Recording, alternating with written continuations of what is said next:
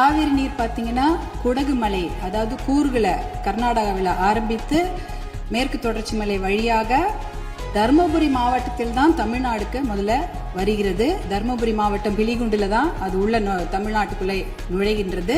கிட்டத்தட்ட 800 கிலோமீட்டர் அது டிராவல் பண்ணுறாங்க. அந்த காவிரி நதி நீர் பார்த்தீங்கன்னா 800 கிலோமீட்டர் கர்நாடகாவிலேருந்து தமிழ்நாட்டுக்குள்ளே டிராவல் பண்ணுறாங்க. அந்த காவிரி நீர் வந்து பிலிகுண்டுலேருந்து ஒகேனக்கல் வருது. அதுக்கப்புறம் மேட்டூர் அணையை நிரப்பிட்டு பவானி, ஈரோடு, திருச்சி போன்ற இடங்கள்லாம் வந்து கடைசியாக பூம்புகார்ல கடல்ல கலக்கிறது. இதுதான் அந்த காவிரி நீருடைய டிராவல் மேப். இதுல பாத்தீங்கன்னா 320 கிலோமீட்டர் மட்டும்தான் கர்நாடகாவில் காவிரி பாய்கிறது.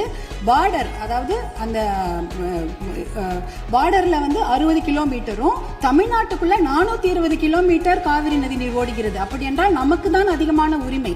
420 கிலோமீட்டர் தமிழ்நாட்டில் ஓடுது, நம்மளுடைய மாநில எல்லையில 60 கிலோமீட்டர் ஓடுகிறது. அப்படி என்றால் கிட்டத்தட்ட 740 டிஎம்சி தண்ணீர், காவிரி நீர் இருக்கிறது என்றால் அதற்கு அதிகமான உரிமை நமக்கு தான் இருக்கிறது. கிட்டத்தட்ட 400 டிஎம்சி தண்ணீர் வந்து தமிழ்நாட்டுக்கு உரிமையான தண்ணீர், நமக்கு பாதிக்கப்பட்ட தண்ணீர். ஆனா நாளடைவில் அதை குறைஞ்சி 205 டிஎம்சியா குறைச்சிட்டாங்க.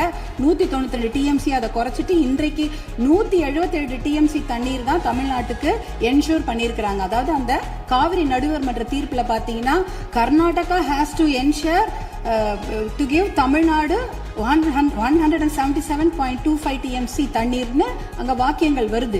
இது 178 டிஎம்சி நமக்கு இறுதி தீர்ப்பின் படி வர வேண்டிய தண்ணி. ஆனா என்ன பாத்தீங்கன்னா நம்ம வந்து கடைமடை மாநிலம், கர்நாடக அரசு முதல் மடை மாநிலமாக இருக்கின்றது. சுப்ரீம் கோர்ட், உச்சநீதிமன்ற தீர்ப்பின்படி கடைமடை மாநிலத்தின் அனுமதி இல்லாமல் எந்த ஒரு கட்டுமான பணியும் எந்த ஆற்றுப்படுகையிலும் கட்டக்கூடாது. குறிப்பாக காவிரி நதி நீர் மேல கட்டக்கூடாது. ஆனா 4 டேம் இருக்கு. 1931 கிருஷ்ணராஜசாகர் டேம் இருக்கு. அது வந்து ஆங்கிலேயர் காலத்தில் கட்டப்பட்ட டேம். அதற்கப்புறம் 1970களில் 3 டேம் கட்டியிருக்காங்க. ஹாரங்கி, கபினி, ஹேமாவத்தின்னு. இந்த 4 டேமும் சேர்த்து இந்த அணைகள்ல கிட்டத்தட்ட 115 டிஎம்சி தண்ணீர் தேக்கி வைக்க முடியும். மேகதாட்டுல புதுசாக அணை கட்டினாங்கன்னா அதுல 70 டிஎம்சி தண்ணீர் தேக்கி விட முடியும்.